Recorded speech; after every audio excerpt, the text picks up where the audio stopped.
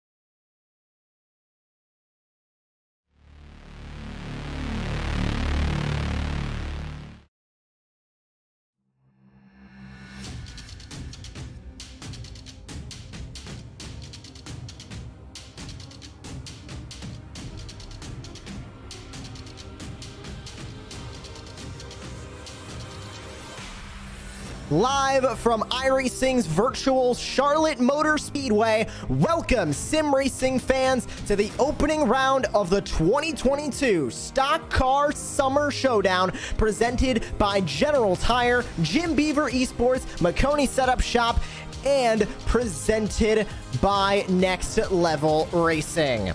Happy that all of you could join us on this wonderful Tuesday evening. Wherever you're tuning in around the world, we welcome you to Racecraft TV's coverage for all 5 rounds of this campaign. I'm your host, Joshua Lee. Alongside me is my colleague, Ian Fisher, in the booth. We'll have Jeff Maconi himself as our in-race reporter tonight. But Ian, as we get started with all of tonight's festivities, of course, the cameras tonight also created by Isvan Balo at TrackCams22.com. Cannot fail to mention that. But as we get started with this 5-round campaign, in we take a look at that schedule, and I think the biggest thing to really take out of this race schedule not only is the fact that we're going to do this over the course of the summer here in 2022, but all 5 tracks across all 5 rounds are completely different. We have the 1.5 miles here of Charlotte for that crowd. We have the road course of Sonoma. We have the shorter track, more of a mix of an intermediate and a short track for Phoenix. We have the high banks and super speedway racing of Talladega, and then we cap it all off at Stafford Springs, which is one of the most famous short tracks in the Northeast. This is such a really interesting schedule that these drivers are going to have to sink their teeth into. Absolutely. It's going to test all of our drivers' skills. Sonoma is possibly one of the toughest road courses, especially in a stock car. And then, like you said, the flat intermediate oval of Phoenix, Super Speedway at Talladega, and then the home of Northeast Modified Racing at Stafford Motor Speedway. But yeah, we get all started here in Charlotte tonight. A nice little 1.5 mile track, but a historic track, holds the Coca-Cola 600 in the NASCAR Racing Series. And I'm sure a lot of these drivers want to win here tonight. and we'll be using the ARCA Racing Series style of points. So points all the way down through the field. Winner will be taking home a grand total of 46 points, plus a bonus point for leading the most laps and a bonus point for taking the pole. Quick look at that race analysis, which I think the most interesting thing that we need to highlight, Ian, is that fuel window. 56 to 63 laps, grand total of 66 laps will be run tonight with a fixed setup. But with that fuel window, the challenge isn't going to be who can make it to the end on fuel. We'll probably see some drivers go for it, but then you got to worry about those Goodyear tires. Yeah, I'm excited to see who's going to try to push the fuel window, especially if you get a few cautions here tonight, Josh, which is almost inevitable in oval racing. That fuel window is really going to open up for all of these drivers, and it's going to be interesting to see the mix of strategies between getting new tires or just going down for fuel. So it should lead to some rather unique pit decisions that we see from our drivers tonight. Well, just like that, we're ready to get started with tonight's action. Let's take a look at your starting grid. And starting on the pole will be the 66 of Blake Reynolds, a 30.496 from the eNASCAR Coca-Cola iRacing Series. He'll lead the field to green. And the other 66 in the field, the 066 of Justin Yee, will be starting to his outside in second place on row 1. Back from there, Vinny Tigner is going to start in P3. James Bickford of Charlotte Phoenix fame will start to the outside of row 2, with Brandon Proudfoot of short course fame here on iRacing rounding out the top 5. Presley Sora will start in 6th, with in 7th place will be William Hale from Maconi Setup Shop. Joey Masowitz will be starting in P8. Down from there, Garrett Maines, another eNASCAR driver in the field, starts 9th, and a driver getting ready for the short course World Championship coming up here on iRacing. Connor Berry rounds out the top 10. Garrett Mashburn will start P11. Andrew Player will start P12, rounding out the first 6 rows. Seth Rader will start alongside Jeff Maconi, and back from there, rounding out the top 15 will be Judd Danielson in the 85. Josh Edmondson, he's known here on Racecraft TV in the virtual off-road racing series. How will he do in these ARCA Racing Series machines? Zach Knowles, another Vors driver, starting P17. Trevor Edwards will start 18th. Alex Bailey, Jonathan Oates rounding out the top 20, and rounding out your field will be Dustin Momberquette, another eNASCAR driver in Zach Novak. Dave Bodio, Trevor Teal, the top 24, and rounding out the full field of athletes will be David Schildhaus and Brent Pancari, both not taking a time out here on the track. Let's speak to our in-race reporter before we get started here tonight. It is Jeff Maconi. And Jeff, welcome to Racecraft TV. Welcome into the booth. And tonight, you got a pretty sharp-looking paint scheme there. How's the Mach 03 going to do on the track tonight?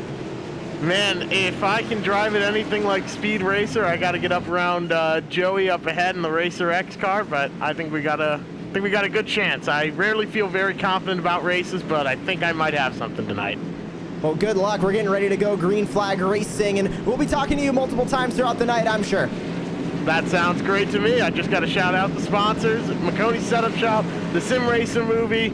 Oh my gosh, we're about to go green here. Ron the Snack Guy, everyone involved. I'm sorry, I can't call them out right now, but I will get you throughout the race, I promise. I love all my sponsors. Thank you very much. That is Jeff Maconi. He'll be our in-race reporter tonight as we get ready to go racing. 66 laps are on the docket. It is a rather warm night here in virtual Charlotte, and it's going to get even hotter. Who can survive the summer heat across 5 rounds? We're about to find out who will take round number 1. We're green from Charlotte.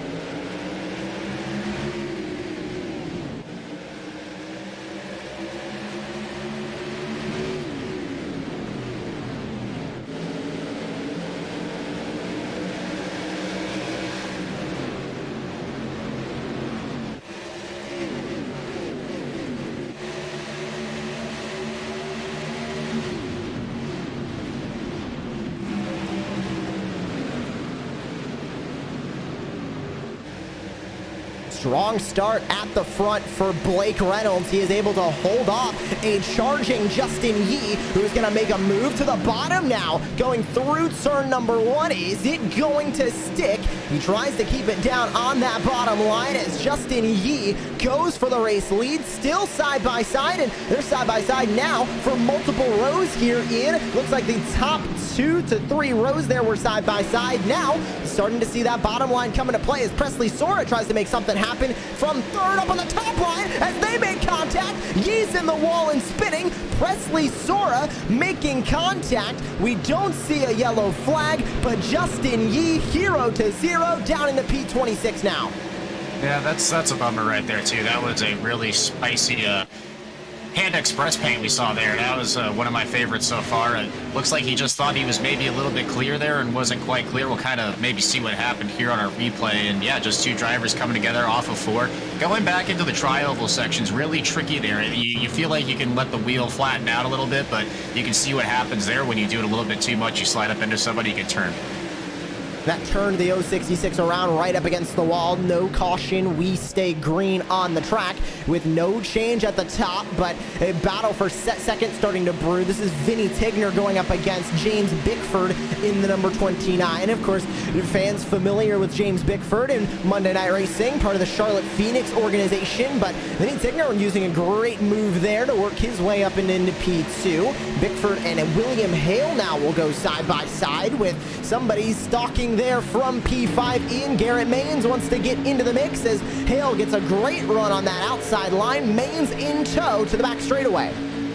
Yeah, Garrett Maines, one of our more talented eNASCAR Coca-Cola Series racing drivers, and just such an eclectic mix of drivers we got through the field. You got some World Championship drivers for the Dirt Pro 4 Championship that's coming up soon. Got some eNASCAR guys, got some Monday Night Racing guys, like you mentioned at the top of our broadcast. So it's really going to be interesting to see who can mix it up tonight as we get deeper and deeper into this race.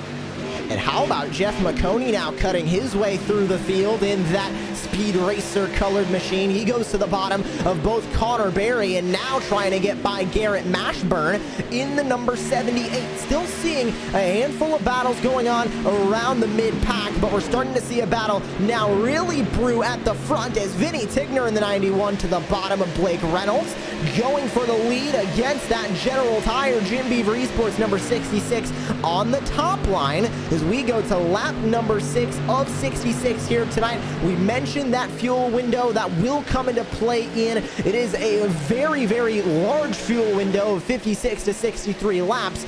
Do you think anybody's going to go and try and make it all the way to the end? The issue will be the General Tires that are strapped onto these ARCA Racing Series cars. It won't really be the fuel window after all.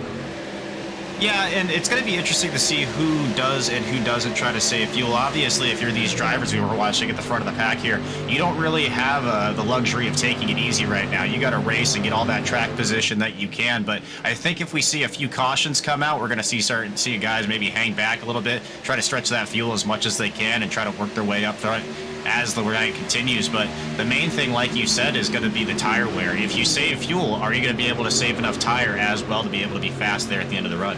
Heard a handful of drivers really talk about pitting early at the beginning of the run if there is a caution and just kind of grabbing a splash of fuel to make it to all the way to the end and then running the General Tires on their cars all the way until that checkered flag flies. We're exiting that window now that I think if a caution comes out, it will be for fresh General Tires on each of these machines and they'll head right back out onto the track. But now a side-by-side battle for second place as Blake Reynolds showing how that eNASCAR sort of experience that he has and holding that lead as we have an issue towards the back. Garrett Mashburn's around and the first caution is going to come out with the number 78 Next Level Racing machine getting turned in turns 3 and 4, excuse me. Let's see what happened, and I think it was contact here in with our in-race reporter of Jeff Maconi. We'll go back one more time, see what happened to the number 78, but it looked like they got a little bit too close together into 3 and around with the 78 of Mashburn.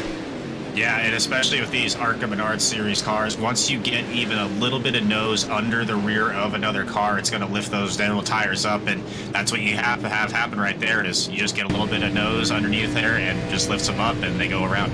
On board with Maconi, and yeah, there's just slight contact. Both of them running that top line.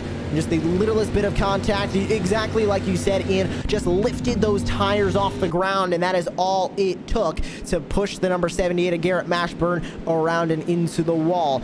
How about pit stops getting started here from virtual Charlotte as the entire field will work their way into the pit lane. William Hale leads the entire field down. That is not an exaggeration. Every single one of these cars is in for service. expecting everybody to go fuel and tires. This will push them good to the end of the race, and they won't have to pit from here. I'm more interested to see if anybody goes for a gamble on the tires, but with everybody in the pit lane, it looks like a common consensus for brand new General tires on each of these machines. William Hale wins the race off pit road. Blake Reynolds barely able to keep second away from the 91 of Tigner. Yeah, and I was interested to see if anybody would take 2 tires there instead of 4, especially early in the run here with not many laps on those General tires. But it looks like for the pit stop times, looks like everybody decided to take 4 General tires there. So even playing field again as we're going to restart here at about, I would say, lap 12 or 13. Bit of an interesting move from Zach Novak, who I know was running towards the back of the field, did not put in a qualifying lap during qualifying. 9.2 seconds for him in the box, 32.7 total. Wondering if the 5 went for a 2-tire stop there as a bit of strategy. That does put him now towards the mid-pack, but it only puts him up to P12 in. Not sure from a driver's point of view if a 2-tire stop, even if it is those left side tires that kind of take a little bit more of a beating when it comes to stock car oval racing, if that was worth it to take 2 tires this early in the race. We still have a good majority of the race left as we only cross over to lap 12 here under the yellow flag. Yeah, well, you said it too. You got to do a little bit of different strategy if you're at the back of the pack. He didn't put down a qualifying time, so we started at the back of our field here tonight. And I think if you're there at the back of the pack, get yourself some track position isn't the worst move in the world. And there wasn't too many laps on these General tires, so I think it's a really good idea if you're trying to get track position to, take to the right sides, like you said, and just see how things shake out.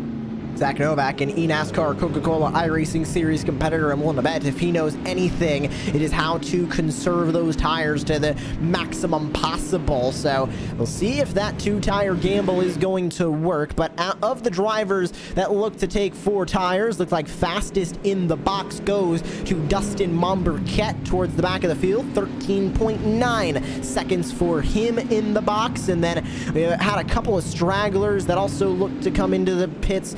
Brent Pancari came in about just about a lap ago for his 2nd stop. Looks like he might have gotten some damage early on in the race. And we saw the incident from Justin Yee on the front straightaway in the 066. He came in 1 lap ago for his 2nd pit stop. And we'll grab a look at that 066 Panda Express machine as it comes across our view. And it looks like he has taken that fast repair. Everybody has 1 allocated fast repair tonight. It looks like Justin Yee going to grab that one out of the way. Now he's got to be careful as he works his way back up through the field to not need another one because he is fresh out with only 1 allocated tonight. But as they come across the line, expecting those lights to go out on the official iRacing pace car, and William Hale will be on the inside line, Blake Reynolds on the outside, leading us back to the green flag. Vinny Tigner, Garrett Maines, and James Bickford going to currently round out your top 5, but how about the E-Short Course representation here up at the front? Actually restarting in 5th here will be Brandon Proudfoot in that General tire number 22. Of course, a Jim Beaver eSports driver. Jim Beaver eSports helping to put on tonight's affair here and he's able to really show his stuff in these ARCA Racing Series machines. And how about it? Currently running in P5 and he's only been as low as P7. He qualified exactly where he is right now.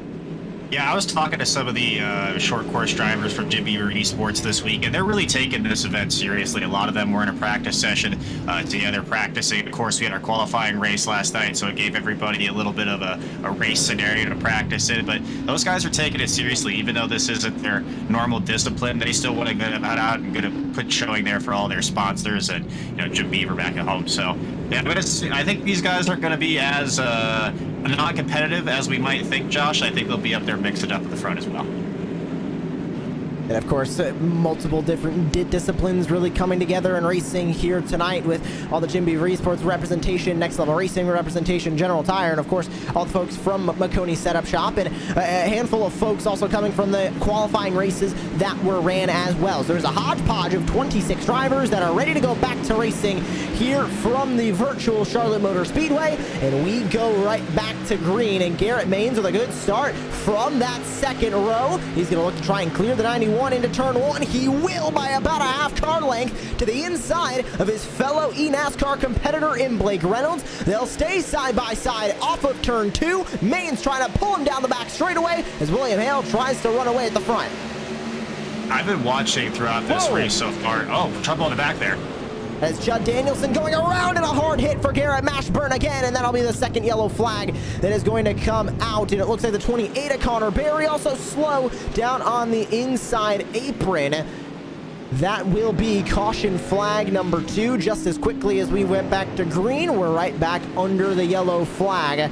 What happened here? It just looked like a stack up coming into turn 2, and oh, I just saw it. It happened coming down the back straightaway right into 2. We're grabbing another look at this one, but it looked like it was just a bit of a chain reaction mess here in from about mid-pack. I really saw it happen kind of around Zach Novak and Seth Rader here. So yeah, it was just an incident right in that mid-pack. I'm wondering where it began. We'll run it back a little bit here with the focus on the 5 of Zach Novak, but I think it was contact with the 64. Yes, it was. That sent him down and into, looks like the 05 machine. And that was all it took to spark that chain reaction. I will say, Ian, we could have wadded up a lot more cars there. We ended up pretty lucky. I believe only about 5 or 6 could end up with damage off of this one. Yeah, and on the restarts, you really just have nowhere to go, especially if something happens in front of you like that. You can't really see all too well, especially in these Arkham and Ards cars. And again, just a situation of one driver getting under the tail of another and just making those tires spin. And that what led to the chain reaction that we're watching again here. And there was Connor Berry making a little bit of contact with Zach Novak, came back up on the track and just lost the grip.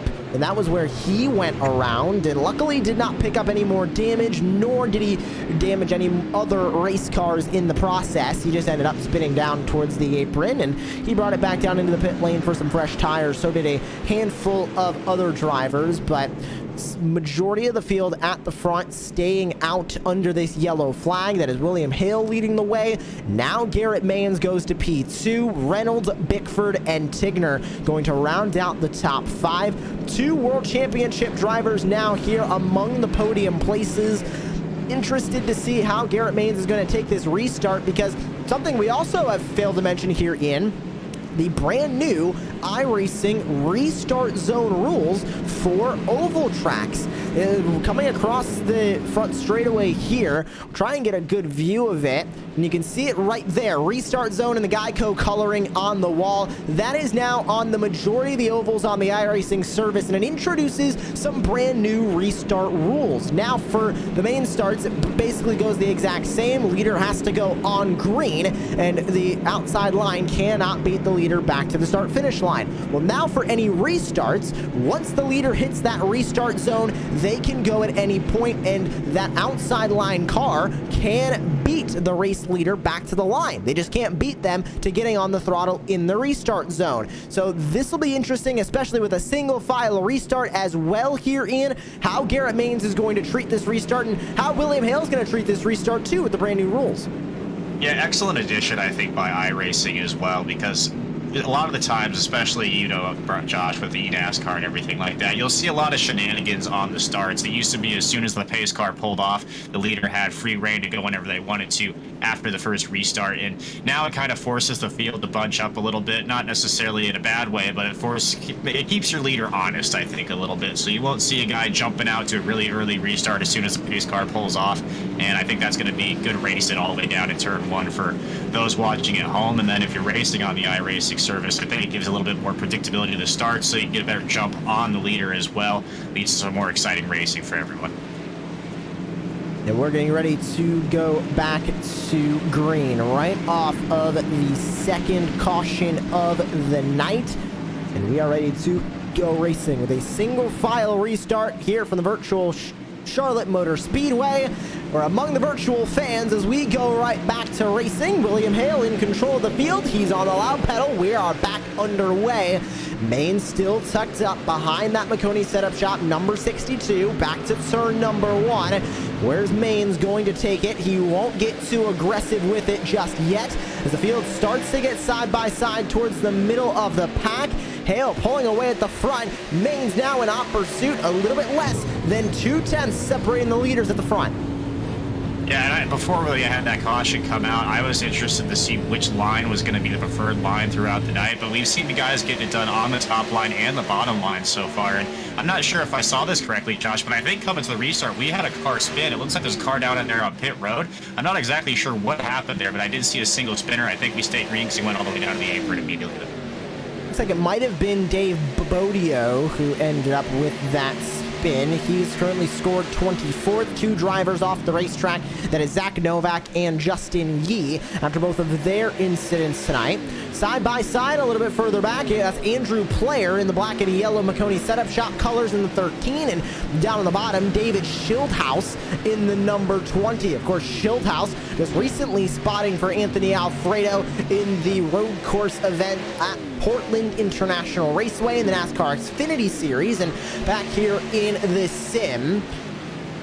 Competed last night in Monday Night Racing as well, trying his hand at the ARCA cars versus the NASCAR Next Gens at Talladega that were ran last night in the Monday Night Racing Pro Series. He's currently running in P12 after also not setting a qualifying time and starting way back in P25. He is one of our biggest movers. He's up 13 spots, our biggest mover of the night so far. Well, up 14 spots is the number 73 of Justin Oates, scored P6. Yeah, that race last night in the Monday Night Racing on podium was very exciting. A lot of three-wide action all the way through the pack, all the way through the race. And I don't know if you got to see any of it, Josh, but just some monster blocks were being thrown all over the racetrack. A few incidents, we had a few overtime finishes, and always exciting when you're at Talladega, especially with that plate racing. Not quite exactly the same that we have here, but I do like the addition of the ARCA cars as well. It's a little bit different, especially for these eNASCAR guys. They're not used to racing them maybe as much as the next-gen cars they practice with every single week. These cars are a little bit more unstable, and aerodynamics has a lot more to play. Dirty air is going to be something to watch all night long. If you can get to the back bumper or somebody, take the air off their spoiler, it's going to get them loose right away, and that might be a way that you can make one of these passes happen. But we've seen some wide open racing so far, lots of passes. It's been a great night already.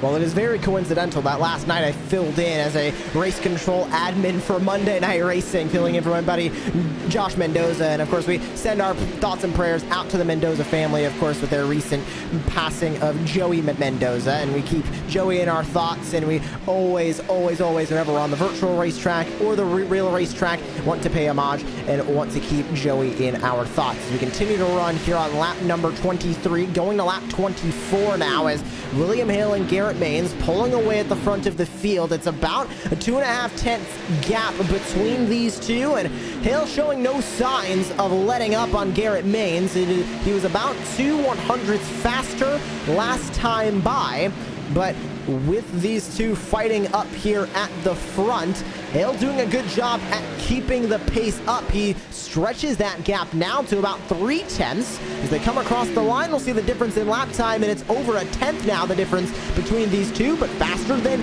both of them was James Bickford, and faster than the top three was Blake Reynolds, the only driver under 31 seconds last time by.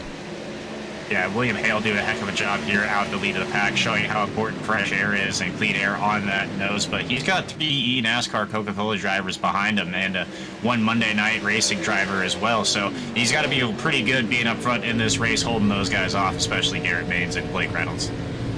On board now with the 66 of Reynolds, as he gets a great momentum push down the front straightaway and is able to make quick work of James Bickford in his Charlotte Phoenix number 29. So that will put Blake Reynolds to third, now to try and chase down the two drivers in front of them, which last time by, Hale and Maines pretty much the same. 31.211 on Hale, 31.214 for Maines, 31.060 for Blake Reynolds in the 66. He is hard charging and looking for the lead as they come across the line. Who is going to have that faster lap? It still is Blake Reynolds, now by about 2 tenths. Only about 1/100th faster was Garrett Maines, as these guys continue to fight now single file up at the front. You can see the first side-by-side battle is between Schildhaus and Player, and how about the aggressive move to the bottom for Dustin Momberket? He tried to go 3 wide, not enough momentum to take it into 3. He'll have to try and now work his way past Andrew Player as Schildhaus officially gets by the 13. Momberket looks to make quick work of the Maconi setup shop driver. They're using the bottom line now into turn 1.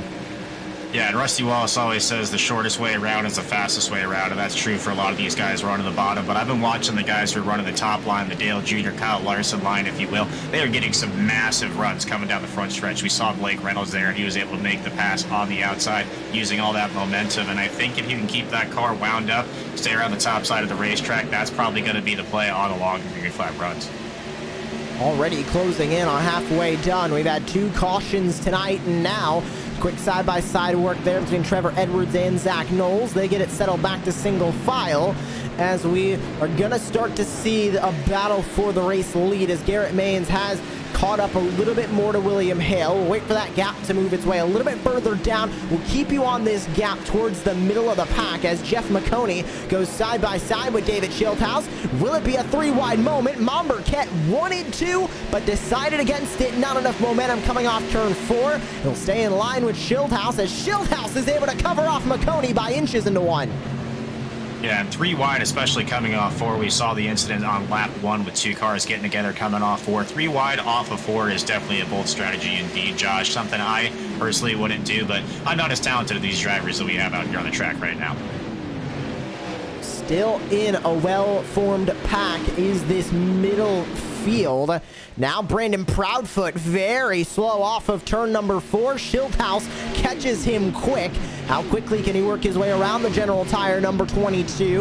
Schildhaus on the bottom. To the top side goes Brandon Proudfoot, and Proudfoot's not only going to lose the spot to Schildhaus, he's also going to lose that spot to Momberket as Dustin Momberket in the 016 with a good push of momentum down the back straightaway won't make quick work of Brandon Proudfoot, but it looks like at least for that number 16, the inside line better than the outside, and grabbing that spot will be Dustin Momberket as Mashburn, even with all the damage that he suffered in earlier incidents tonight, still running great in his Next Level Racing number 78 as he's side by side with Jeff Maconi for 11th.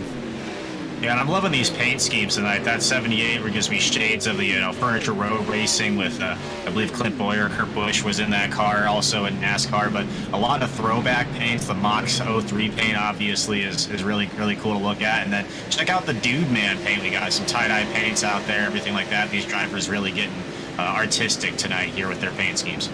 Trevor Edwards and Dustin Momberket both running that tie-dye rainbow scheme here tonight as the Speed Racer Mach 3 goes down to the bottom of the racetrack. That is Jeff Maconi. Now going to try and use up the number 32 to the top side, and just looking in my preview monitor, I'll put him up now as we continue to monitor this battle for 13th. Maconi did not look that pleased with the driver to his outside of Trevor Edwards, and now he is going to fall into the clutches of his teammate Andrew Player, who now sits in P14 battling for 13th on the racetrack. Yeah, and I mentioned earlier how these cars aren't quite the same as the next-gen cars you're used to seeing on the NASCAR circuit every single week. And once you get underneath the car on the low side, if you got a car right on your door there, that's also going to take the door off of your car as well, leaves you get a little bit loose. I think that's what happened to Jeff there on the last time around. Now grouping up is the battle for third as James Bickford in the 29 still holds that third spot. Blake Reynolds trying to now get back by him as Bickford drove back and passed that General Tires number 66. The Next Level Racing 91 of Vinny Tigner is there. Another Next Level Racing machine of Seth Ryder in the 2, and Justin Oates added him into this mix down in P7. It is a 5-way fight for P3 on the racetrack as we go over halfway done. 32 to go, 31 to go now as Hale comes across the line. Are we going to go 3 wide? Blake Reynolds might get sucked through the middle, and he will not as he's barely able to cover off the top line from the 91.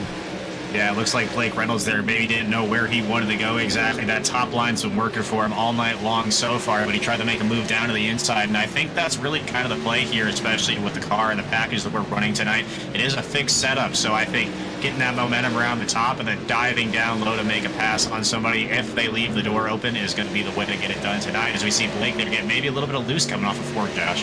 It looked like to me he might have had a bit of understeer and almost hit the wall and had to overcorrect coming off to try and keep him off of the wall. We'll see what happens with the number 66 of Blake Reynolds through the rest of this run. Of course, not expecting anybody else to really touch pit lane tonight as drivers were able to pit within their fuel window. They can make it to the end on fuel, and unless a caution comes out, not expecting anybody to pit under green for some fresh general tires to put on these ARCA Racing Series machines.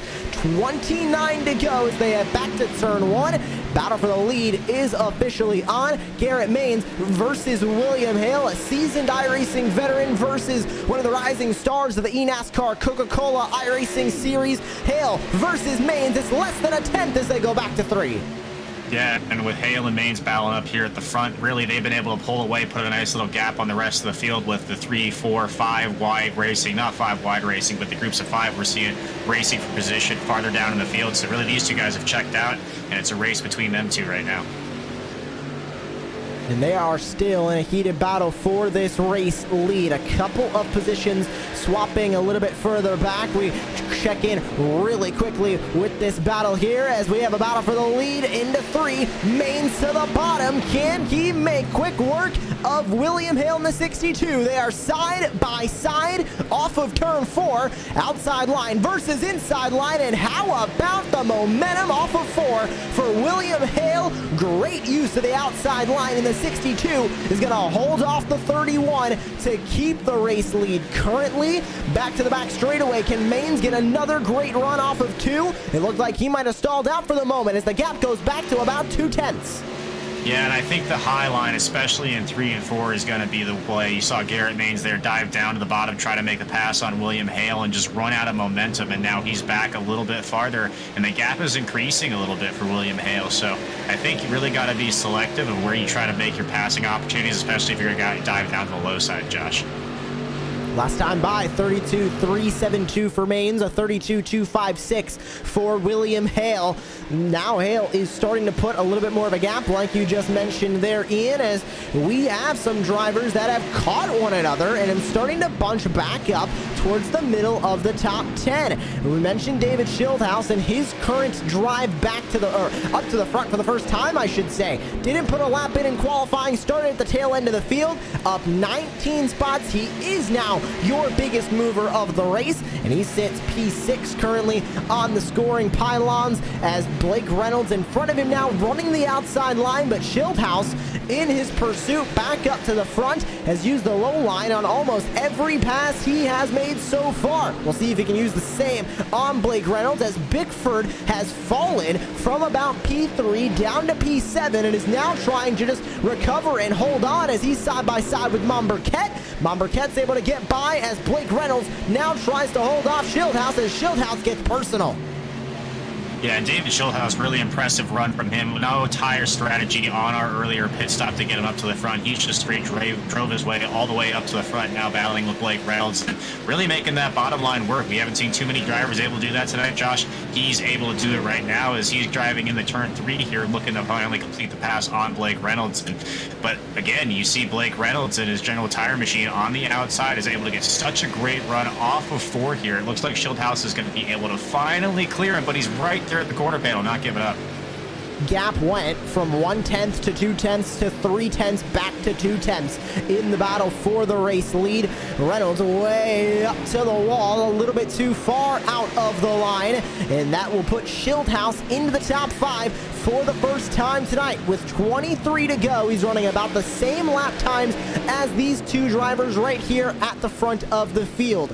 Will Schildhaus have an opportunity to catch up and race with these two? They are now back to side by side as they race to turn 1, side by side for the race lead again here at Charlotte. Hale was able to use the outside line to hold off the eNASCAR Coca-Cola competitor of Garrett Maines last time he went for this move.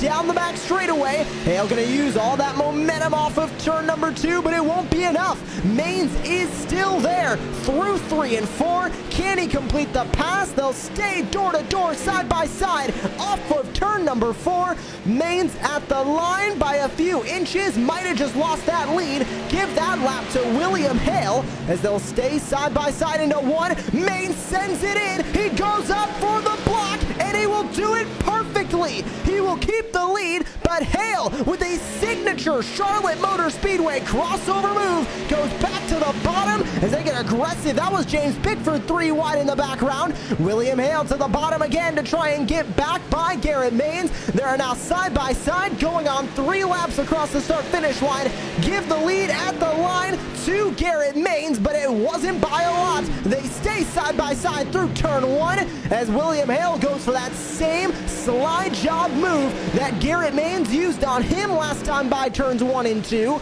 Can't get fully in front of Garrett Maines. Maines fights back on that outside line as they stay side by side. Now back through 3 and 4. Hale goes for it again, can't do it, close to making contact as Maines now tries to side draft Hale out of the way. And this has shades of the closing lap battle we saw a few weeks ago in NASCAR between Kyle Busch and Joey Logano. And one of these guys, and Garrett Maines does it now, I was going to say, one of these guys has to clear each other or they continue to run side by side. But it seems like one guy gets the advantage and the other guy is able to come back, make a crossover move, get the draft, and dive right back down and make it a battle again, Josh. This is fantastic racing up at the front for the lead. And how about what that has done now to these top 2? They ran side by side going on 4 laps in that battle. That has given the perfect opportunity for Seth Ryder, now in 3rd, to try and catch up and be a competitor for the race win. Gap's only a 10th as Hale tries to get back on Garrett Maines' bumper in the number 31. How about Jonathan Oates to 4th? David Schildhouse in 5th, now trying to catch up to these lead fighters as Bickford holds on to P7. It's Mashburn, Tigner, and Edwards rounding out the top 10 currently as we have a heated battle for this race win. Now it's 17 to go this time by the start-finish line. We check in a little bit further back as Mashburn and Bickford stay side by side, but at the front, it looks to be the battle of Maines versus Hale right now in as Hale tries to go to the outside and loses a ton of time, almost touching the wall. Yeah, car really slid up for him there on turns 1 and 2 and lost a lot of time to Garrett Maines there. Garrett Maines also has the clean air on his nose here, so it's going to be really interesting to see what William Hale can do, especially in these closing laps, to reel Garrett Maines back in, because you know as well as I do, Josh, once he's in the lead, it's hard to take it away from him. There is a reason why Garrett Maines is at the top level of the NASCAR competition right now, and it is because he is tough to pass when he gets into that clean air. So Hale now will have to try and fight from 2nd place. This is going to be a very uphill battle for William Hale because he's lost that clean air and he was able to get that lead. He started back in P7 and was able to rally his way up through the field and get that lead. But since then, he has not had to deal with dirty air. And I think more importantly, Ian, he hasn't had to deal with worn tires. Both of these drivers at the front are on now 41 lap old General tires. They are starting to reach the kind of the end of that window that they are the best. So now they're going to have to deal with some worn shoes on each of these cars that is going to change how they race. We just saw it from William Hale. He wasn't able to fully use that outside line to his advantage. He slid up too far, got out of the groove, almost made contact with the wall, and lost a ton of time on Maines. Yeah, and the only saving grace about how old the tires are on both of our leaders here is that the rest of the field has similar laps on their Goodyear tires. It's not like anybody's out there with a definite tire advantage, so really it's going to come down to driver skill and how well they can conserve the conserve the tires here in the last 14 laps of our race, and that's going to be the key to victory lane, I believe, Josh. On board now with Seth Ryder in 3rd, because I wanted to put up this battle graphic, because take a look at how close these guys are getting. He is now within 5/10, and you can see just how aggressive he was into turn number 1 from 5/10, now down to 4, under 4/10 there as he went through the apex of turns 1 and 2. He is closing in on the 2 drivers at the front of the field as one of the 2 up there just making contact with the wall. Gonna invite the 2 as Seth Ryder even closer into this lead battle. It is about to become a 3-way fight for the lead, and how about making it a 4-way fight as Jonathan Oates tries to join the party. Hale with an aggressive move to the bottom for the race lead, sends Maines to the outside line. Side by side once again for the race lead. How is this going to add Seth Ryder into the mix? Hale back to the bottom. Aggressive move from the 62. You saw that lunge forward from that ARCA Racing Series machine. He tries to hold strong on the bottom, but it won't be enough. Maines leads that time by. And remember how important those laps led are, because whoever leads the most will get a bonus point, and William Hale is trying to get maximum points tonight as he goes to the race lead. Maines back to the bottom. Crossover move off turn 2. Is it going to work? Does he have that inside line? Yes, he does. Sends Hale up to the wall, but Maines stalls out. He gets tight on the bottom of the racetrack, gets off of the gas, side by side, and here comes Seth Ryder to join the party. 10 to go at the line. Yeah, Seth Ryder and Jonathan Oates got to be watching these battles between Garrett Maines and William Hale up at the front here as we see another driver maybe tap the wall a little bit. And now we have a four-way battle for the lead, Josh. These two battling up at the front just open the door for the 2 of Seth Ryder and the 73 of Jonathan Oates to get up in there and mix it up. And Ryder's going to look to make the pass on Maines here as Maines gets into the wall a few times. I'm not sure if he's having problems with the car or what's happening to him now, but we've been seeing Garrett Maines get in the wall a few times here, and you can see how he's sliding backwards now in this four-way battle. Maines with a big touch to the wall on the back straightaway. Now Ryder goes into second in that number 2 Next Level Racing machine. To the outside line goes Jonathan Oates, and now 4 drivers fighting for the race win with 9 to go. William Hale holds the race lead. It is a 1.8 second gap to the 2 of Seth Ryder as he tries to now catch up to William Hale and take the lead for the first time tonight. Seth Ryder up 11 spots from starting P13 on the evening.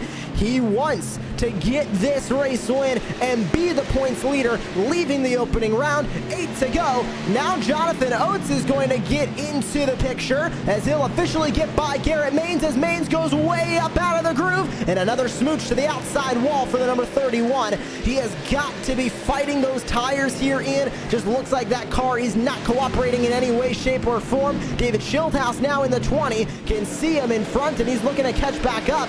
Most notably, I think you can see now who is in 5th on the racetrack. That's the 66 of Blake Reynolds. He has scored 1 lap down in 21st because 12 laps ago he pitted for 4 fresh General tires. Not sure if he had damage and came down pit road or just wanted some fresh rubber, but he is now going to fly by these drivers, not for track position, to get his lap back.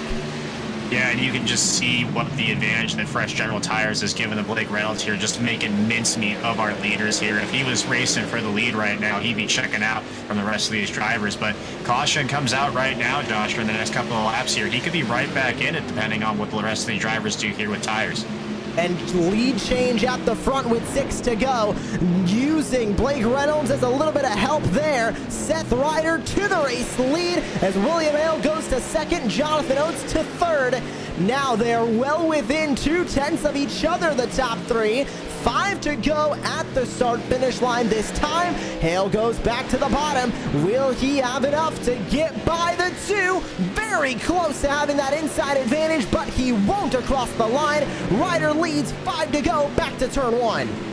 And Garrett Maines just continues to slide backwards, getting into the wall, and I think he's burned his tires up. Is now going to open the door for Schildhaus to make the move on him coming in the next couple of laps. But a great 3-way battle for the lead here. And give a call to William Hale. He's been really able to save the tires, but be out front and be competitive this entire race, and it's paying off now as he fights with the rest of these drivers for this race win. Going to be 4 laps to go coming to the line, Josh. Oates to the bottom to try and get by Hale. They door once, door twice, door 3 times, maybe even 4 as they'll go back to turn 1. You mentioned it there, Ian. Hale doing an amazing job at conserving those tires, but I think much like Garrett Maines, they've kind of reached their tipping point as Oates and Ryder are going to assume the top 2 spots.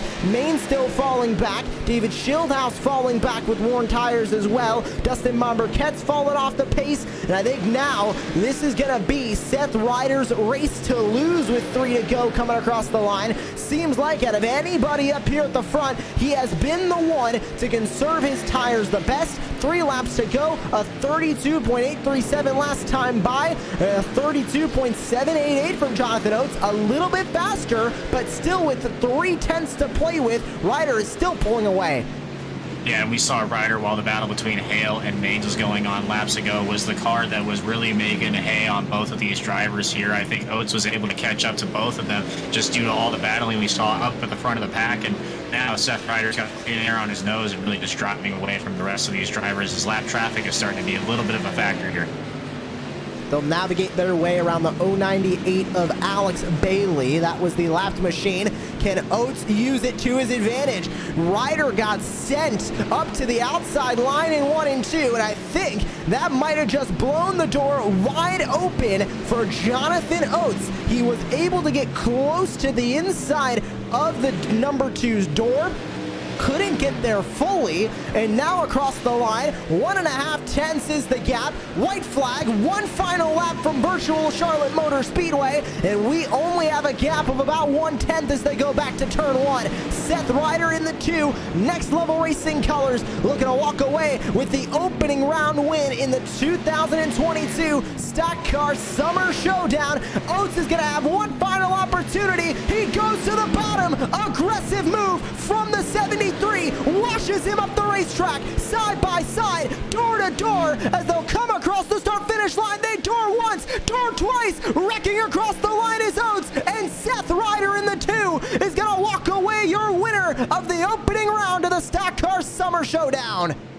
What a fantastic race back to the line there. He really, Oates giving it everything he had for Seth Ryder there. You saw him touch coming across the line, and Seth Ryder gave him a little bump back, and now a little friendly bump between the two competitors there to say, hey man, good job, good racing there, because that was an exciting finish right to the bottom. I think we're going to steal a little tap here to the winner also from the 62 car of William Hale. Says, hey man, good job, way to save those tires, way to keep the fuel strategy in check, and that got him the victory lane here tonight, Josh. An absolutely fantastic finish. Oates saved all that he could for that last lap push through 3 and 4. He had his door, but at the line couldn't do it. And Seth Ryder in the 2 is going to burn it down at the front straightaway of virtual Charlotte Motor Speedway. And as he celebrates, he is your winner of the opening round of the 2022 Stock Car Summer Showdown. And he'll get those burnouts going in the infield of the Charlotte Motor Speedway. And what a fantastic race this was. We'll grab your full finishing results after the absolutely insane final finish there. Seth Ryder grabs the win with Jonathan Oates in 2nd, William Hale in 3rd, David Schildhaus 4th. Garrett Maines ends up rounding out your top 5 with Dustin Mombercat in 6th. Garrett Mashburn finishes in 7th. Trevor Edwards in 8th. James Bickford 9th, with Brent Pancari rounding out your top 10.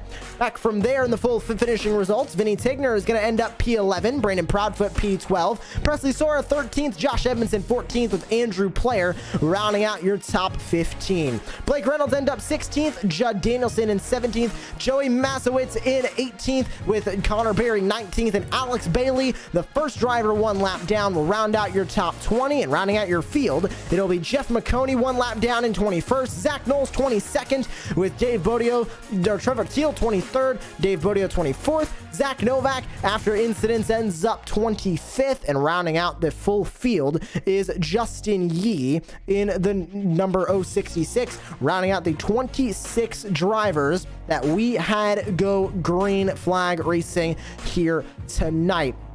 But what a fantastic run that was from Seth Ryder to grab that race win. And we really didn't talk much about Seth. He started in the mid-pack, started in P13, and just fought his way up through the field. Didn't get caught up in either of the 2 incidents that we had tonight, and saved his tires better than anybody and ended up grabbing that win.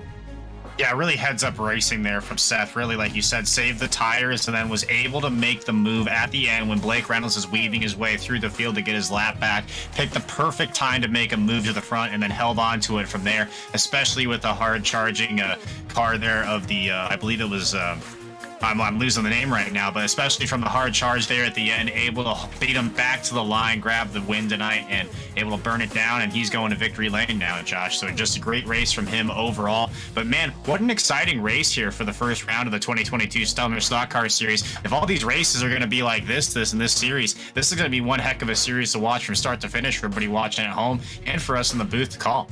It was Jonathan Oates giving him all of that pressure from the second place spot. We'll see if we can grab Jonathan Oates for an interview tonight as well, but we've got our race winner standing by. It is Seth Ryder. And Seth, welcome to the Racecraft TV broadcast booth, and congratulations to you. A fantastic race that you ran out there tonight. I just gotta ask first, how was managing those General tires out there, because you had to manage them for 55 laps to get that race win in the end? Man, it was difficult. It was tough. I tried to play a tire safe strategy, and I thought it was going to bite me. Guys were driving by me. I thought I was going to lose too much track position. So I started to pick up the pace a bit, and finally that kind of started to pay off once Garrett and William Hill started racing each other. I was really able to close that gap. And I think Oates was kind of on the same strategy as me, and that was an awesome battle. I had so much fun. And talk about that last lap and last corner maneuver from the 73 of Oates there, because it looked like he wasn't going to have much, but then going into turn 3, it was a harsh dive to the bottom, and he made you work for it. Definitely off of turn number 4. He touched you a few times. Yeah, I knew he was going to get there. I made a mistake. I should have ran the top in 1 and 2 to not give him such a big run. But he got there, ran me up the track a bit, but we gave each other space. We bumped and banged. And I knew if I could get the drive out off of 4 without us touching or hitting the wall, that I would have a bit of an advantage. And then we touched a couple times. Like I said, we beat and we banged, and I got it by just that much.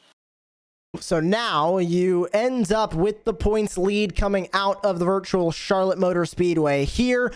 And now you have to keep that points lead. You got to go through Sonoma. You have to go through Stafford, Talladega, and Phoenix to get this championship.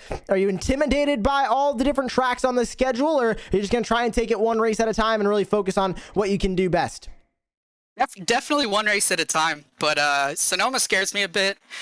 With my current setup, my racing rig, it's kind of difficult for me to shift on road courses, so I might have to go to a friend's house to race that race.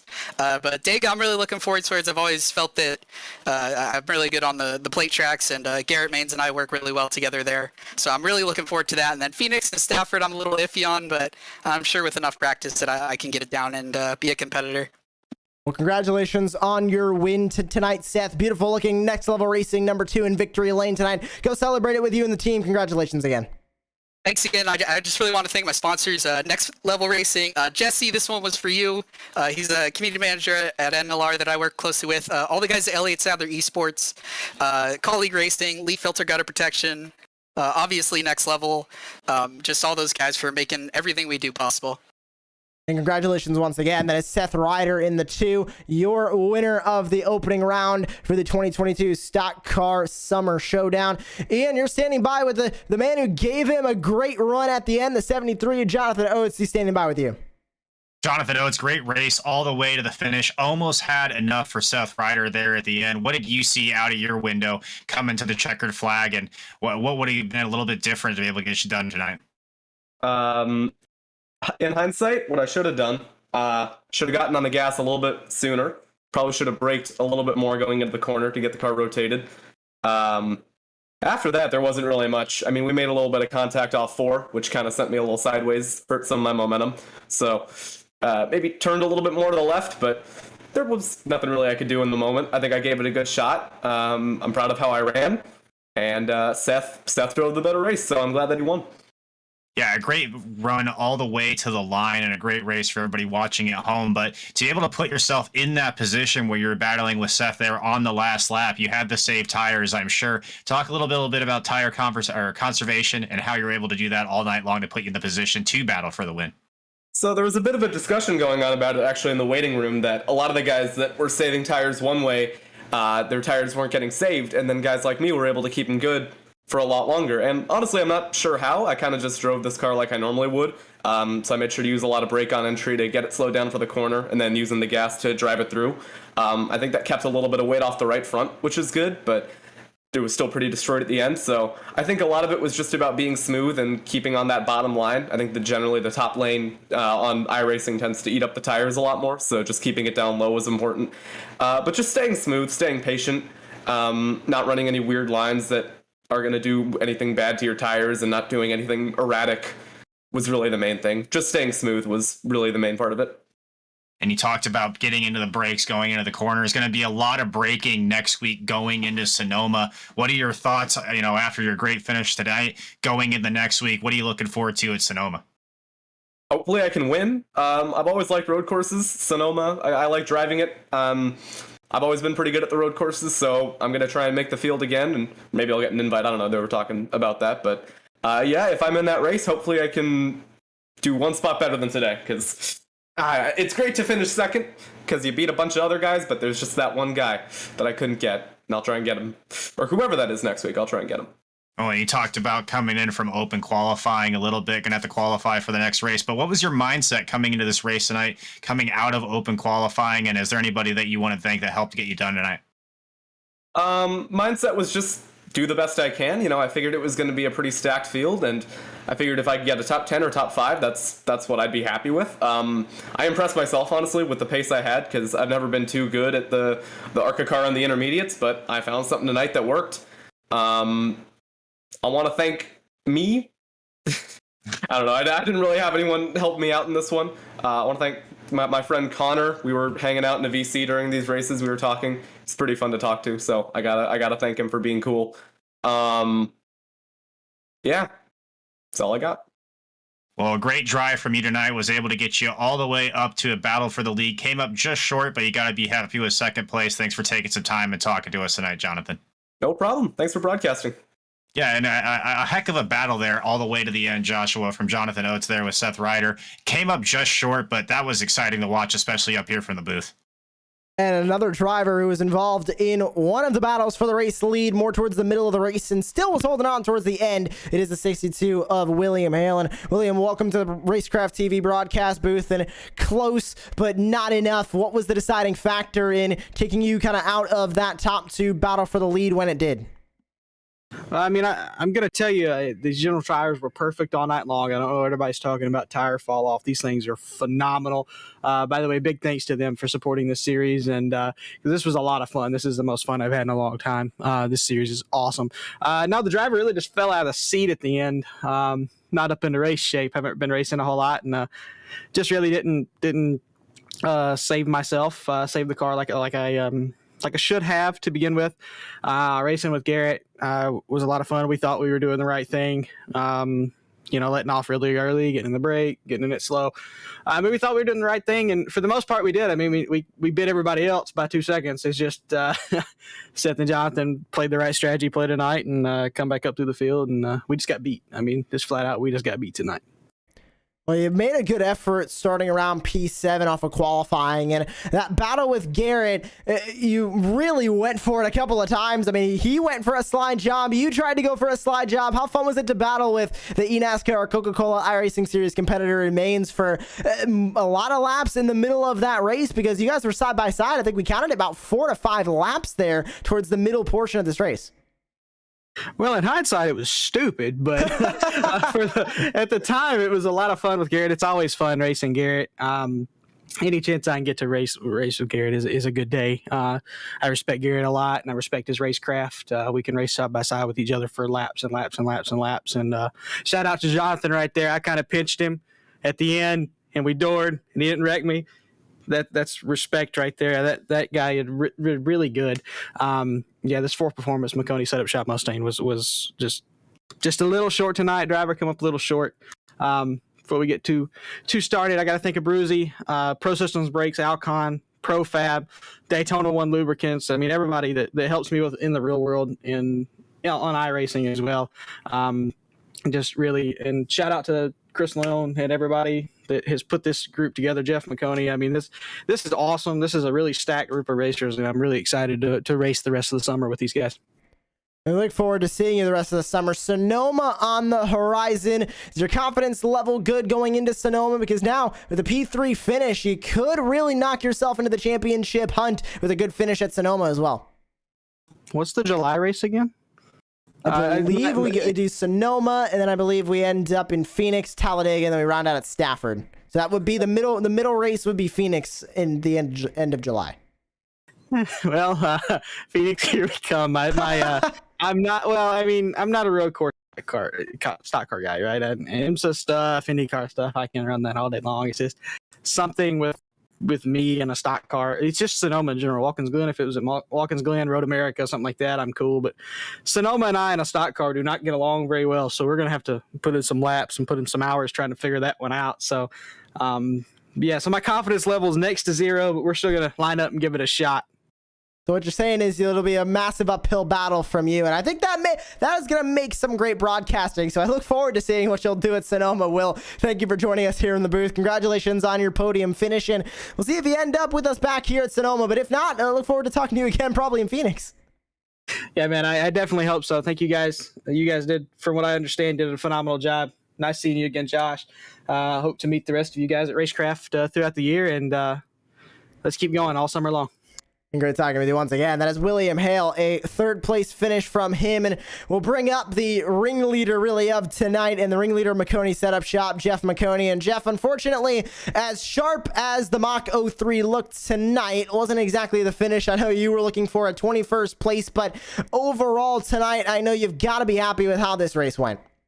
Absolutely. From a promoter's standpoint, as someone who's helping the amazing team over at Beaver eSports and the guys over at Next Level Racing, from the promoter side, I'm very, very happy. From a driver side, I couldn't be more upset with myself with how dumb it was. And that first caution, I got into the back of the 78. I was really trying to push it and make him make a mistake, and I ended up making one myself. I got like 25 seconds of damage, and the car felt fine, and I was like, it's probably just nothing. And it was just so unbelievably tight with that damage. So I thought I would fix it later on, around lap 25, 30. I said, we'll get a caution and I'll fix it second half of the race, and it never came. So yeah, you're exactly right, though. It was just amazing. Everyone that makes this possible. The guys over at Beaver eSports, Next Level Racing, General Tire. I can't possibly thank them enough. I can't possibly thank my sponsors enough now that I actually have time to thank all of them. Maconi Setup Shop, A Bruzy Racewear, The Sim Racer, WSMN Broadcasting, Ron the Snack Guy. I'm probably going to dig into some of this. I think I got Candy Bar Crunch. Yeah, Candy Bar Crunch for tonight. And I'm going to dig into that as some comfort food, and then tomorrow get right back on it and get ready for Sonoma in a couple weeks. Well, thank you again for choosing Racecraft TV as a broadcast partner for this, and congratulations on starting this brand new endeavor, this 2022 Stock Car Summer Showdown. Hopefully Sonoma's a little bit of a better outing for you as a driver on the track, but hopefully promoter Jeff Maconi is even happier with what happens in 2 weeks. I don't know how I could possibly be any happier with tonight. It was incredible, but we've got some really cool people coming out in the next couple weeks. Anthony Alfredo, Briar LaPrade for Maconi Setup Shop couldn't make it tonight. Anthony's traveling, and I believe Briar's traveling as well. And I am so excited for Sonoma, though. It's going to be some road course racing. I know you guys over at Racecraft will do a great job. You always do. You're phenomenal. Thank you so much. I'll take these Bruzy boots and put a couple more miles on them, getting ready for Sonoma. Gloves as well. Well, we'll see you then at virtual Sonoma, Jeff. Thank you again for joining us here in the booth. Absolutely. Thank you, guys.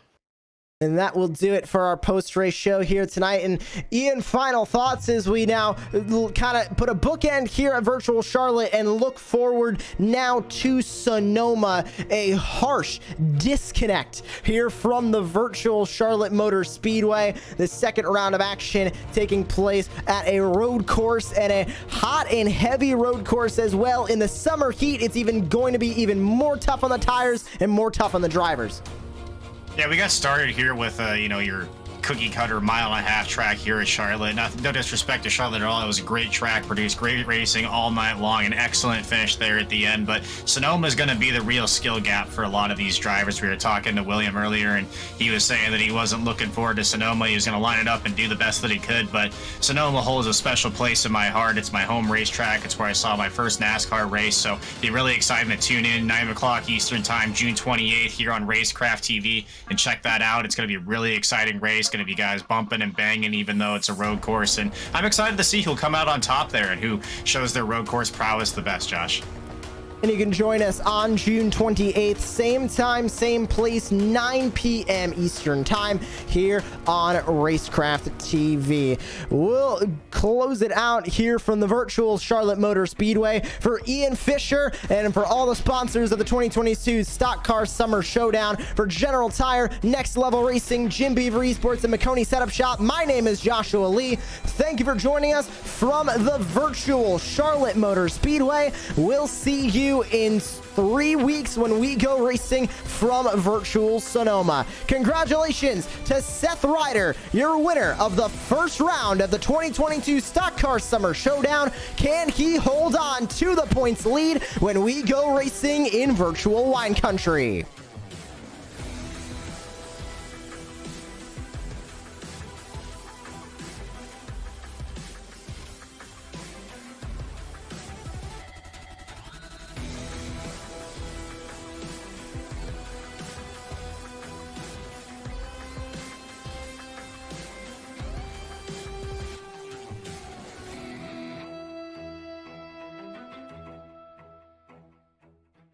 When you want to be the best, you can't settle for the rest. There's a reason that Maconi Setup Shop is trusted by more virtual and real-world tracks and companies than any other setup shop in iRacing. With partners such as Stafford Motor Speedway, the Nashville Fairgrounds Speedway, Five Flag Speedway, Speed 51, and more. When you want something done right, you go to the experts at Maconi Setup Shop. With setups available for most series on both asphalt and dirt, built by a team of professional builders consisting of some of the top talents on the service, Maconi Setup Shop LLC has what you need to hit the track with confidence. Head over to MaconiSetupShop.com and learn why Maconi Setup Shop is the official setup shop of Richmond Raceway Esports and is partnered with some of the largest names in virtual and real racing. And remember, at Maconi Setup Shop, there are setups, but your victories.